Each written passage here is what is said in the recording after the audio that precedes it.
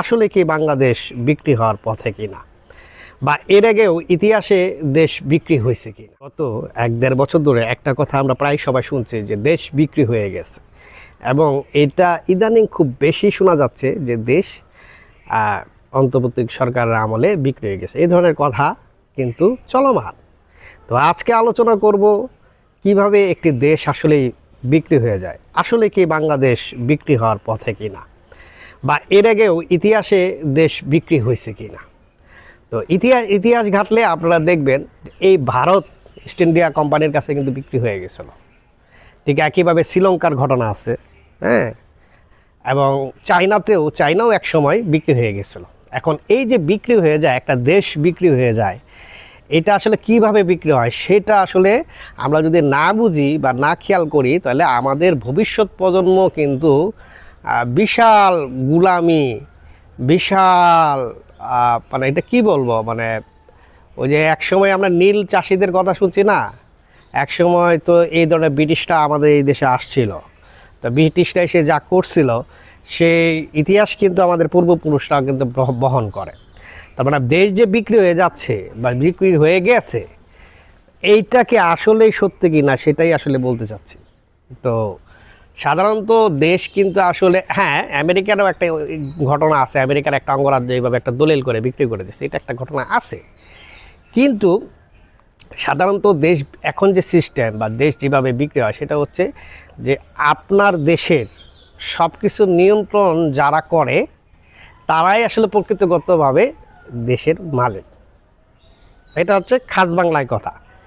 এখন ধরেন আপনার দেশে তেল সম্পদ, তেল, গ্যাস, আপনার প্রাকৃতিক সম্পদ যা আছে, এইটার বিনিময়ে এটা যদি বহিরাষ্ট্র কোনো কোম্পানি এটার দায়িত্ব নেয় এবং দীর্ঘমেয়াদী থাকে, তাহলে বুঝতে হবে যে আপনার সম্পদ তো আপনার মানে প্রয়োজনীয় জিনিস, আপনার দেশে একটা দেশের যে প্রাকৃতিক যে সম্পদ, এটাই তো কিন্তু একটা দেশের বৈশিষ্ট্য। ম্যান পাওয়ারও কিন্তু একটা সম্পদ। তো 4-5টা সেক্টরে দেশটা আসলে সেল হয়ে যায়। মানে প্রথম কথা হচ্ছে আপনি এমন ঋণ নিয়ে আসছেন, এত বহির্বিশ্ব থেকে এত ঋণ নিয়ে আসছেন, এই ঋণের বোঝা চাপাইতে গেলে আপনার এই বন্দর থেকে শুরু করে বিভিন্ন জিনিস তারা নিয়ন্ত্রণে নেয়।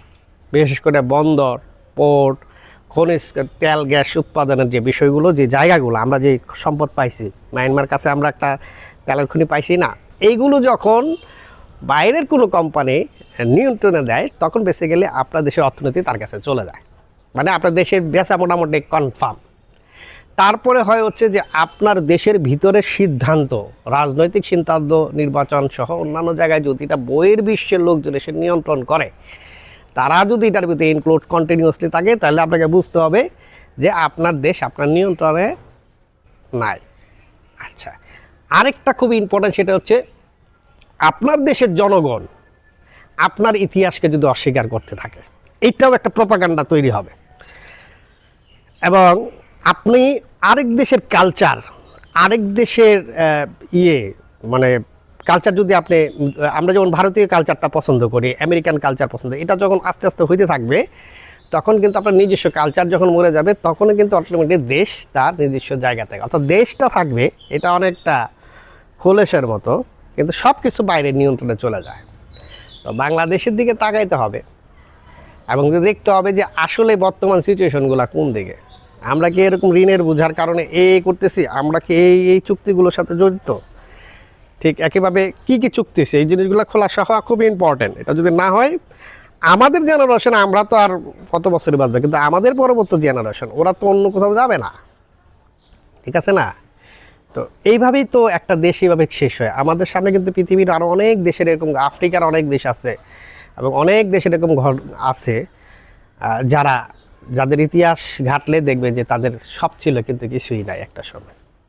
এবং রাষ্ট্রের ভিতরে যখন দুর্নীতিবাজ লোকজন যখন বেড়ে যায়, তখন আসলে এই বড় বড় প্রভাবশালী শক্তিধর দেশগুলো এইভাবেই দেশটা নিয়ন্ত্রণে নেয়, ঠিক আছে? তো এটা এখন দেখার বিষয়। জিলাস মাসের শুভেচ্ছা, কোরবানির ঈদুল আজহার শুভেচ্ছা রইল। তো আপনারা এটা দিয়ে রাখলাম, আগেই বলা উচিত ছিল, ভুলে গেছিলাম। সো এটা এখন দেখার বিষয় যে আমরা আমাদের কাছে কিছু আছে কি না।